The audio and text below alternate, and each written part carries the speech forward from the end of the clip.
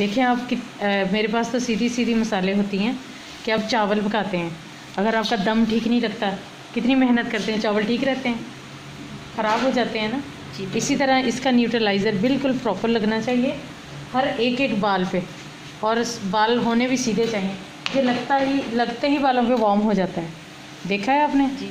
लगते ही गर्म हो जाता है, उसके बाद ये कूल हो जाता है गर्म होने के बाद, और इसने बाल को फिक्स करना होता है। जहाँ पे आपने आयरन का रिज़ल्ट दिया है वहीं पे इसने बाल को फिक्स कर देना है।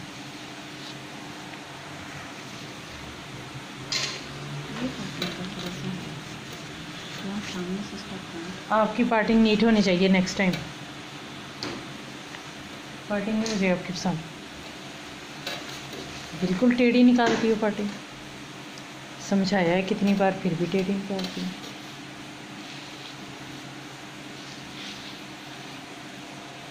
Okay.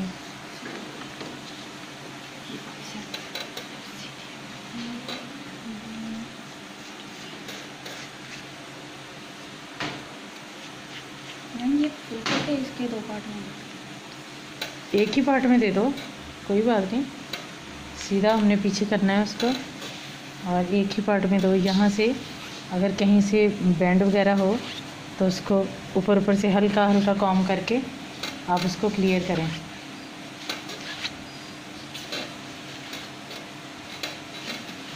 बिल्कुल सीधा हल्का क्या कर रही हूँ, नीचे वाले बाल नहीं छेड़ रही, सिर्फ ऊपर। ज़रा बेटा बैक पे सर कर लें ताकि सारे बाल इसमें कवर हो जाए। ये लिक्विड है, बहुत ज़्यादा लिक्विड है, आते हैं क्रीम फॉर्म में भी आते हैं न्यूट्रलाइज़र में, ये लिक्विड है, ज़्यादातर वैसे लिक्विड ही आते हैं।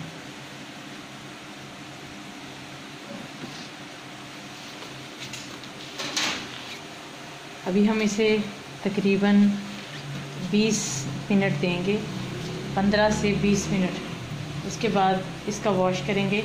इसकी टाइमिंग होती है 25 मिनट की, इसकी टाइमिंग होती है, 25 मिनट दे लें।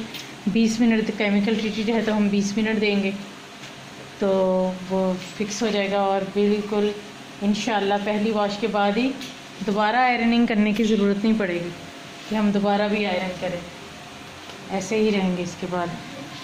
ये सारा अच्छी तरह से हमने स्ट्रेट कर दिया। चल छोड़ दें।